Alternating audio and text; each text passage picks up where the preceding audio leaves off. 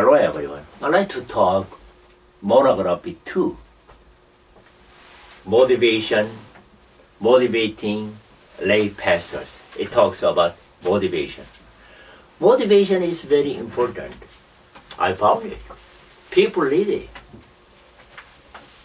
At the beginning stage, they need it. Ongoing, they need it. And the long-term ministry, they need another motivation. So I found it that's very important. Motivation is not manipulation. Jesus motivated his man. We can think of motivation as inspiring a person, stimulating one's spirit, renewing commitment, moving one to action, restoring vision, or, to use Paul's word to Timothy, fan into flame the gift of God. Without motivation, ministry getting die. One of the duties of leaders is to motivate those doing ministry. So, motivation is essential. No one can really motivate others. However, we can stimulate that inner engine we call motivation. We really must learn to motivate. What motivates you? Turns you on, gets you going, keeps you at it. Think of an occasion or time you are highly motivated. Then from the number one, what brought it in? What did it feel like? What did you do? How long did it last? So we can think about motivation. There are two kinds of motivation, extrinsic and intrinsic. From outside, from inside. Okay? First, from outside. Verbal affirmation. Recognition at the worship service, in church publication, and group meetings. Awards such as dinner, pins, gift certificate, a trip, report. 4. Pastoral supervision. This one-to-one contact begins extrinsically and soon motivates, move to intrinsic because it reaches the conscious. Reminder a call of God to pastor, affirms, correct, and encourage, and result in renewed commitment. How about the intrinsic? Inside motivation. Number one, they need a sense of achievement, recognition for work done, a feeling of importance and interest in the work itself, an opportunity to take responsibility, and an experience of growth and development. Morris Wilson, the specialist of volunteering in the state, gives 8 reasons why people volunteer. Number one, they want to be needed. They want to help others and make a difference. They want to learn new skills or use skills they already have. They want to belong to a caring community and feel accepted as members. They want self-esteem and affirmation. They want to grow in their faith and share their God-given gifts. They want to support because they believe in. They want to keep from being lonely. Commitment to Jesus Christ is the ultimate motivation. As we have the deepened commitment, we are helping to motivate the person. Again, this is the intrinsic inner motivation. Some principle of motivation. Number one, it takes one kind of motivation to bring one into the ministry and another kind of for them to continue in the ministry. I found it myself. I thought many times.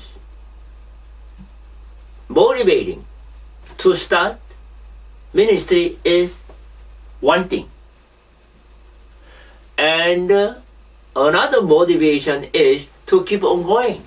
It's very different.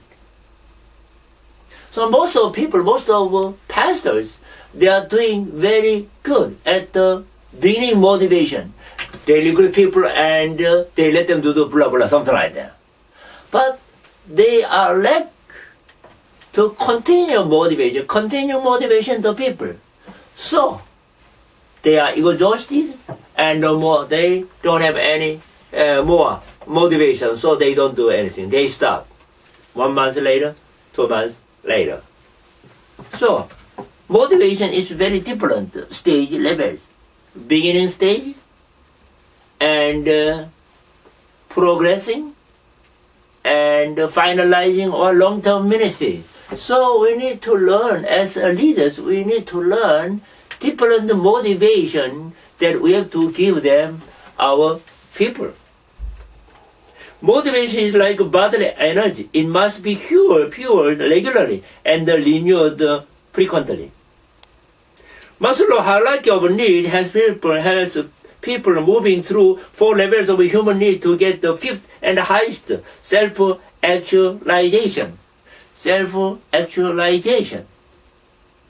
So if we compare with this ministry with Abraham Maslow, the hierarchy or ladders of need. First stage, when we are doing equipping seminar, when we are listening to the seminar, we are motivating. That's the first stage. And next, church steps helps. So we will have second motivation. And through our fears, our friend, our partners in ministry, we are motivating, upgrade. Next one, we are motivating through our ministry itself. So finally, Jesus said, tend to my sheep. So we'll get the motivating from Jesus. That is the highest. I like to say this is really total commitment in our life. Nothing can motivate a person who is doing something he or she is not gifted for or not interested in doing. So, those who doesn't have any gift or not interested in, so we cannot make them motivation. People tell what will motivate them. Response. I need to get response from people, not necessarily positive. So they like to get feedback. When they get the feedback, response, they will motivate. Yeah, support. We need support, encouragement from other lay pastors. Some people need support and encouragement from others, then they are motivating. Significance. I need to feel I am doing something worthwhile. That is in making a difference. People like to do some water mile. When they feel, oh, that ministry is very worthwhile for my life, they are motivating. Further equipping enforcement is very essential to keep abreast of people's changing need. Continue training as needed. Continue to grow. People like to grow. So leaders, as we pastor, we leaders, we have to know that. People want to grow. If we cannot make them grow, it fails. That's our responsibility. Commitment, a willing to spirit, continued awareness of my commitment. Administration, no busy work or unnecessary administrator, minimum or written report, kind of lead administration make them motivated. How Jesus motivating? He was called by God, contact to people, and he got gifts from God. How Jesus motivated his 12 disciples? He spent time with them, he read them, he loved them, he modeled integrity. He partied with them at Ghana. You know, the wedding ceremony at Ghana. He went down there. He led them how they stood with him and whether their ministry were okay. Number 7, he modeled the commitment and enthusiasm. He gave his disciples authority. He supported them when they were criticized. Then his disciples motivated. He let them fail he took them with him on a great experiences. So, as a leaders, we need to learn, we need to practice, more motivate for the people that doing ministry. That's actually our responsibility. So we have to think about that seriously. Thank you.